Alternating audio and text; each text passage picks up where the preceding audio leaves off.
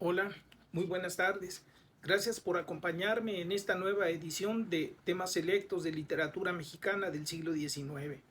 En esta ocasión presentaré a ustedes la conferencia titulada En torno al desarrollo del primer costumbrismo en México, 1843-1867.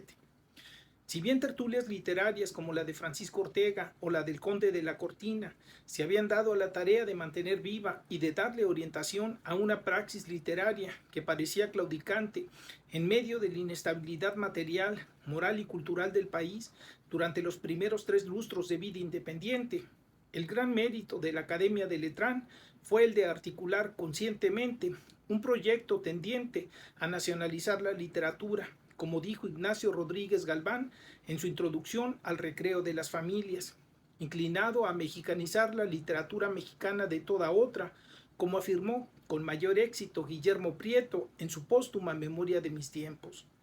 Dicho proyecto articuló un discurso considerado propio, mexicano, basado en 3 núcleos temáticos con los que se esperaba reconocer o definir un carácter y esencia nacional, esto es, mediante el desarrollo de una historia que diera un sentido de trascendencia temporal, de unas costumbres que configuraran un perfil colectivo y de una naturaleza que enmarcara y condicionara los reconocimientos anteriores. El desarrollo de estos tópicos supuso el establecimiento de la novela histórica, de la literatura costumbrista y de la poesía descriptiva como los dominantes formales del periodo mediante los que se dio resolución ética y estética a los imperantes señalados. Si bien el desarrollo de esos núcleos temáticos fue el leitmotiv de las asociaciones literarias románticas de Hispanoamérica, de la Asociación de Mayo en Argentina a partir de 1837, de la Sociedad Literaria en Chile a partir de 1842, el otro gran acierto de la Academia de Letrán fue la articulación de un proyecto editorial que le permitiera intentar difundir sus propuestas éticas y estéticas. Con el apoyo decidido de los Galván, luego de la conclusión de la primera etapa del Mosaico Mexicano en 1836, se implementaron diversos espacios periódicos que con mayor o menor impacto e incidencia buscaban socializar las propuestas lateranenses. El Año Nuevo, el Recreo de las Familias, el Museo Popular, el Semanario de las Señoritas Mexicanas. Incluso los proyectos independientes que continúan el hálito mexicanista de la Academia, como el Museo Mexicano, la Revista Científica y Literaria de México, el Álbum Mexicano, así lo demuestran. Hasta ahora, la historia y crítica literaria ha articulado una comprensión y valoración sólida, monolítica pudiera decir, acerca de esos planteamientos fundacionales de la Academia de Letrán o incluso de asociaciones posteriores como el Ateneo Mexicano o el Liceo Hidalgo. Sin embargo, la recepción y las reacciones que despertaron tanto las obras como los medios de expresión revelan los alcances y límites de dicho proyecto, de la dialéctica tensa y conflictiva de la propuesta lateranense. Y para muestra, basta un botón, esto es, el amago de polémica literaria y cultural que se perfiló al menos entre un anónimo suscriptor y el editor del Recreo de las Familias, Ignacio Rodríguez Galván, connato indicador de las aristas del proyecto. Y es que en el prospecto e introducción a la revista, los redactores se habían comprometido a ofrecer a los mexicanos un periódico que los deleite e instruya, ya que, se asumía, existía en toda la República la curiosidad, el deseo vehemente de adquirir noticias de todo género, de la geografía, la historia civil y natural, la bella literatura, en fin, de cuanto haya de ameno e instructivo a la vez en el vasto y fecundísimo campo de las ciencias y las artes, pues ese conocimiento letrado aseguraba nuestra regeneración social y la participación de cada mexicano en el engrandecimiento de su nación. Objetivo o anhelo fundamental de la redacción era nacionalizar nuestro periódico cuanto nos sea posible, motivo por el cual tendrían un papel importante la sección Efemérides Americanas, compendio memorioso de los sucesos importantes, forjadores de la cultura propia, así como los diversos artículos que sobre biografías, costumbres, naturaleza o historia de sus entornos regionales remitieran los colaboradores del resto de los estados. Pese a lo planteado en el prospecto, Los esfuerzos por mexicanizar temáticamente la revista se enfrentaron a imprevistos que, perdón, suenan excusas baladíes, pueriles. En los números de noviembre no se incorporaron dichas secciones o tópicos por falta de hueco, pues señalan los editores, estaba llena la publicación con textos narrativos, poéticos, biográficos y de traducciones diversas, hechos por letrados mexicanos o de origen inglés, francés y sobre todo español. En los números de diciembre tampoco aparecieron esas secciones o tópicos, porque hemos creído no deber comenzar la publicación de las efemérides americanas sino hasta el mes de enero para dar principio con el año, por lo que continuaron apareciendo artículos y textos literarios de mexicanos, ingleses, franceses y mayormente de españoles. Y en la primera quincena de enero, ya sin excusas ni explicaciones, las dichas secciones continuaron ausentes, aunque sí presentes, los textos de autoría mexicana, inglesa, francesa y sobre todo española. Esto llevó a un lector anónimo a reclamar a mediados de enero de 1838, a través del periódico El Voto Nacional, que sea enhorabuena el deseo de los redactores del Recreo de las Familias de nacionalizar el periódico cuanto les sea posible. Pero en nuestra humilde opinión, no es el medio de conseguirlo. Esa galería de artículos, biografías y retratos exclusivamente de ilustres españoles que se está publicando, porque si bien son el ornamento de su patria y el mejor título de orgullo español, es posible cause algunos celos a nuestros compatriotas. Por tanto, séanos permitido excitar al patriotismo del sabio biógrafo don Eugenio de Ochoa, para que al lado de los Murillos, de los Truebas, de los Velázquez, de los Jovellanos, de los Calderones, etcétera, etcétera, haga brillar los nombres de los Navarretes, los Clavijeros, los Gamarras, los Sigüenzas, los Beitias, etcétera, etcétera, que tanto honor hacen a nuestra patria. Estos son nuestros deseos como mexicanos y como suscriptores del Recreo de las Familias. Raudo Rodríguez Galván acusó de recibo el mensaje y respondió en la siguiente edición de la revista, en la de la segunda quincena de enero de 1838. Y a partir de entonces incluyó ya con regularidad las secciones omitidas. Argumentó que la ausencia de esas secciones de las efemérides y cuadros biográficos se debía primero a habérsenos extraviado el manuscrito en el cual estaban. Durante más de 2 meses, me pregunto yo. Segundo, a que si no hemos puesto los retratos y las biografías de Navarrete, Beitia, Clavijero, Gamarra y Sigüenza, ha sido porque del primero están ambas cosas en sus poesías, de las cuales se han hecho ya dos ediciones. Lo mismo sucede con el segundo, Beitia, en su obra que publicó el sabio literato don Francisco Ortega, y de los demás no tenemos retratos y no hemos querido publicar sus biografías sin ellos. Que no se le habían extraviado los manuscritos, pues, y remata con un argumento contundente y polémico por revelar los alcances y contradicciones del proyecto de mexicanización literaria de la Academia de Letrán.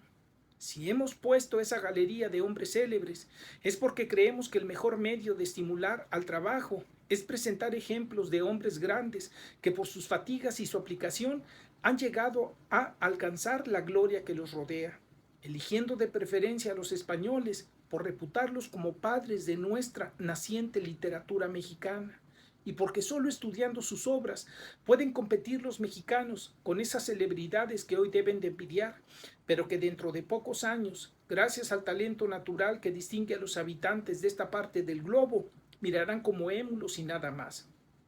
Como lo han documentado estadísticamente y con acuciosidad María de los Ángeles Ayala en El Artista, fuente literaria del Recreo de las Familias, y María del Carmen Olague Méndez en El Recreo de las Familias, en la legitimación de la práctica literaria mexicana en 1838,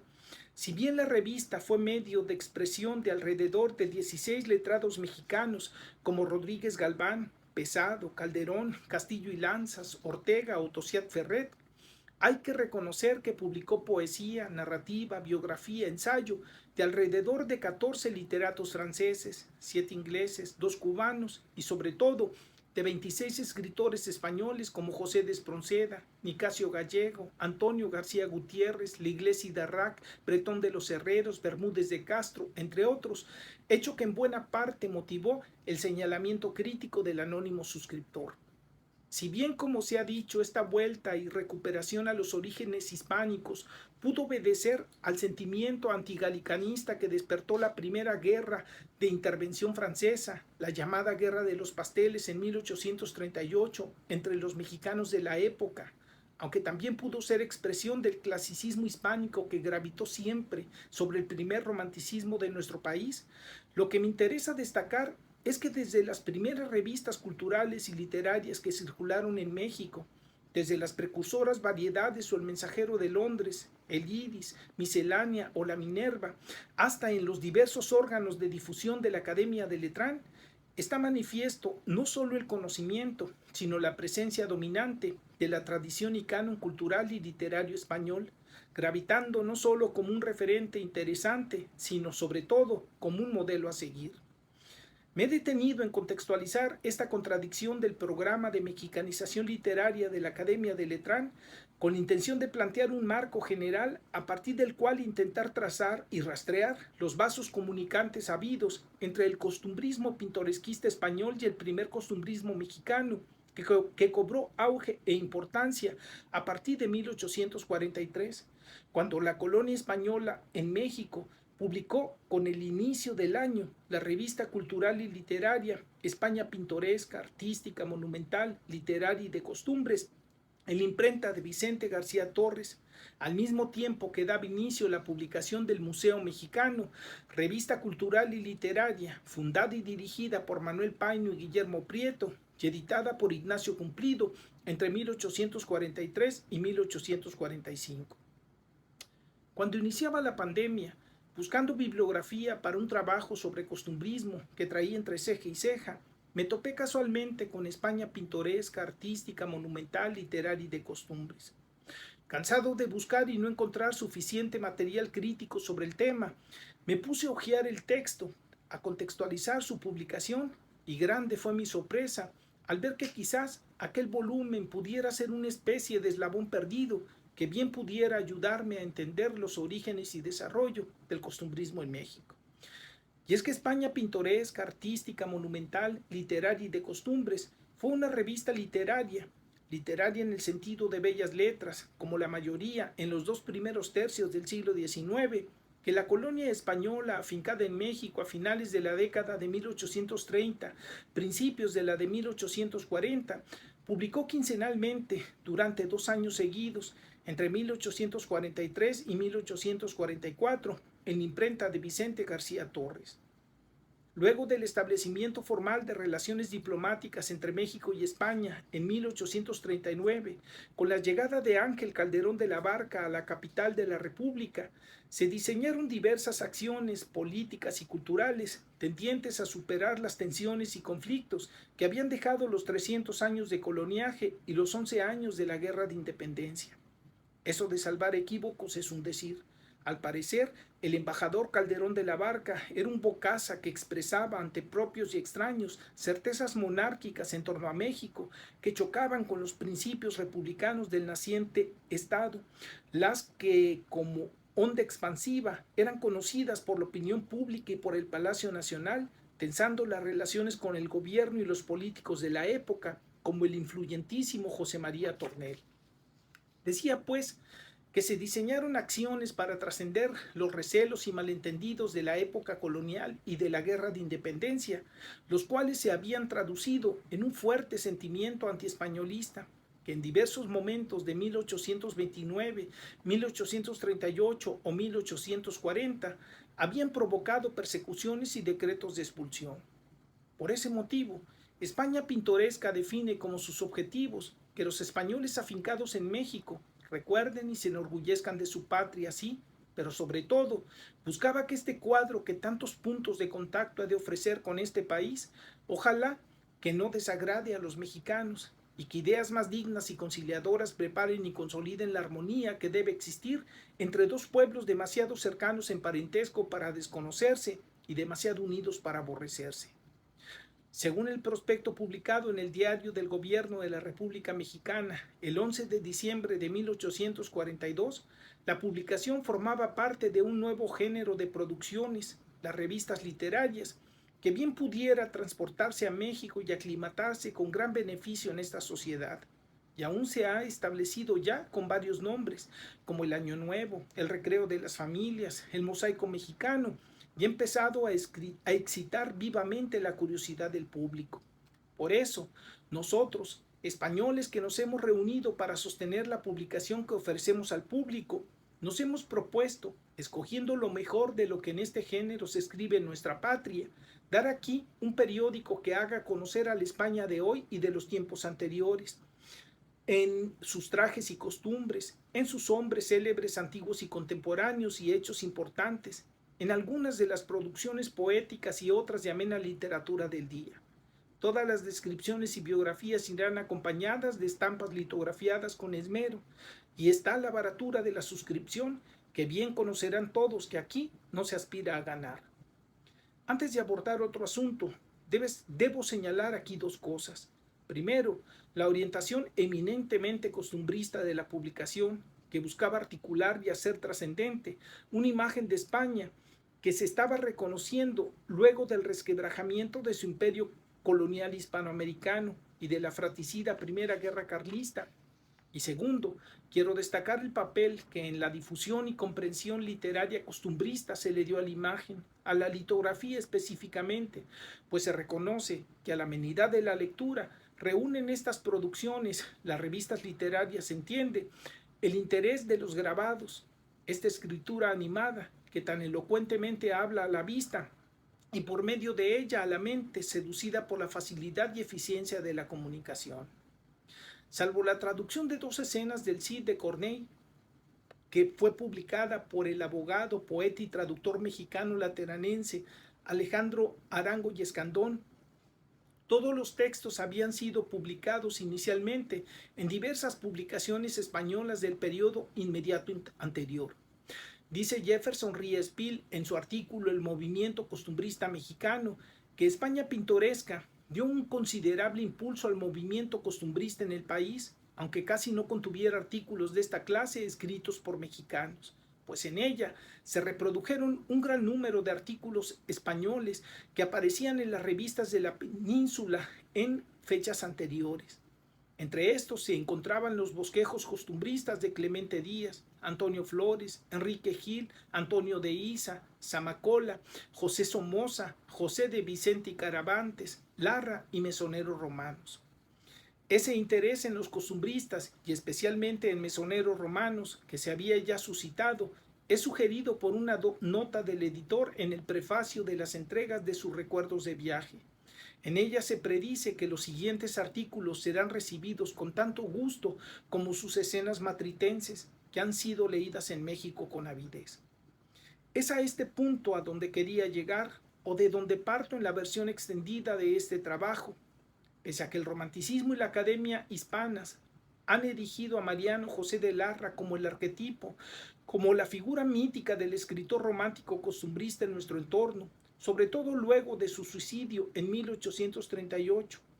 Pese a que indudablemente la obra del madrileño era conocida, valorada y respetada en México e Hispanoamérica, como lo muestra la reproducción de sus artículos en la prensa nacional, en las páginas del Año Nuevo, La Hesperia o el Ateneo Mexicano, y la exaltación de su figura y obra por Guillermo Prieto y Domingo Faustino Sarmiento, pese al reconocimiento e influencia de la perspectiva crítica satírica de sus artículos y cuadros de costumbres, que lo hizo ser casi el santo laico del periodismo, Allende y Aquende.